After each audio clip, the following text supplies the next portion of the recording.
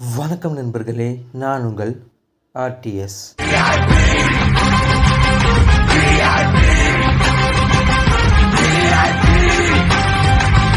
இன்றைய கதைகளத்தில் பார்க்க போகிற விஷயம், ஒரு மனுஷனோட வாழ்க்கையில் எவ்வளோ கஷ்டம் வந்தாலும் எவ்வளோ துன்பம் வந்தாலும் ஃபீனிக்ஸ் பறவை மாதிரி இருக்கணும். ஃபீனிக்ஸ் பறவை பற்றி கண்டிப்பாக எல்லாருமே ஒரு விஷயம் கேள்விப்பட்டிருப்போம். அந்த ஒரு விஷயம் உண்மையாக பொய்யான்னு கூட தெரியாது. பட் ஃபீனிக்ஸ் பறவையோட குணம், ஃபீனிக்ஸ் பறவையோட தன்மை மிக அசாத்தியமான ஒரு தன்மை.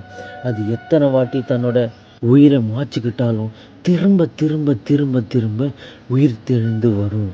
ஸோ அந்த ஒரு குணம் இருந்துச்சுன்னா கண்டிப்பாக நம்மளோட வாழ்க்கையில் வேறு மாதிரி இடத்துக்கு போகலாம்.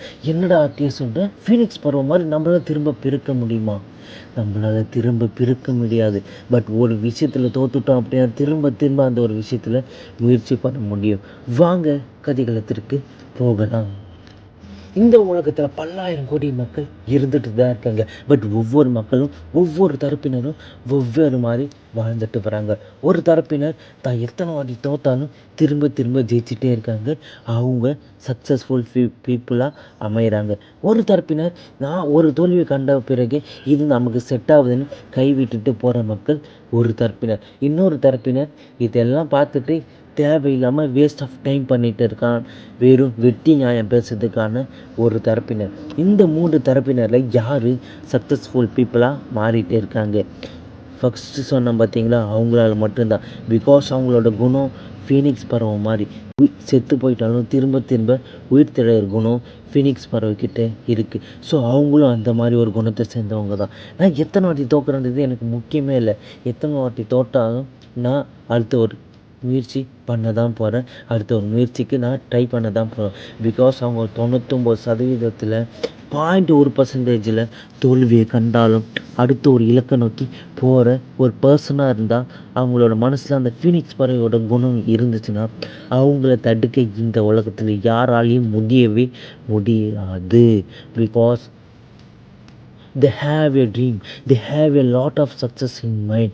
அவங்களோட வாழ்க்கை, அவங்க வாழ போகிற நேரம், அவங்களோட வாழ போகிற குணம், அவங்க எப்படி வாழணுன்ற ஒரு விஷயத்த ஆழ் மனசில் ஆழமாக பதிய வச்சுக்கிட்டாங்க. அவங்களோட குணம் ஜெயிக்கணுன்ற மட்டும்தான். அவங்களோட ஸ்டெப் வெற்றிக்கான நோக்கத்தில் தான் அவங்களோட செட் ஆஃப் கோல் இருக்குது. அவங்களோட கோல், அவங்களோட இலக்கு, அவங்களோட லட்சியம் வெற்றி மட்டும்தான். அதில் பல தோல்வியை கண்டால் தான் ஒரு வெற்றியை அட முடியும். வெற்றின்ற ஒரு மாடி வீட்டில் ஏறணுன்னா பல தோல்வின்ற படிக்கட்டை ஏறி தான் ஆகணும். ஸோ இதுதான் நிதர்சனமான உண்மை.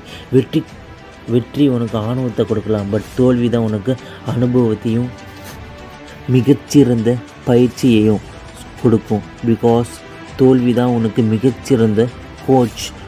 அந்த தோல்வி கொடுக்குற ஒரு அனுபவமும் அந்த தோல்வியிலேருந்து கற்றுக்கிற பயிற்சியும் வேறு எந்த ஒரு கோச்சாலையும் கொடுக்க முடியாது, வேறு எந்த ஒரு புத்தகத்தாலையும் கொடுக்க முடியாது.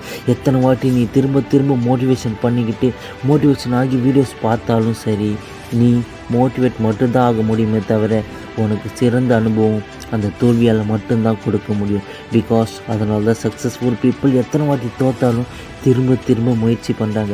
ஏன் சமீபத்தில் கோழியோட ஆட்டத்தை பார்த்து இந்த மக்கள் என்ன சொல்லிட்டு இருந்தாங்க, அவ்வளோதான் கோழியோட கதை முடிஞ்சிருச்சு. But he became a strong again. அவரோட ஆட்டத்தை ஃபோக்கஸ் பண்ணி எப்படி கொண்டு வந்தார் பார்த்தீங்களா? அதில் தான் அவரோட வெற்றி ஒளிஞ்சிருக்கு. அதனால தான் அவர் அந்த சக்ஸஸ்ஃபுல் மேனாக இருக்கிறாரு.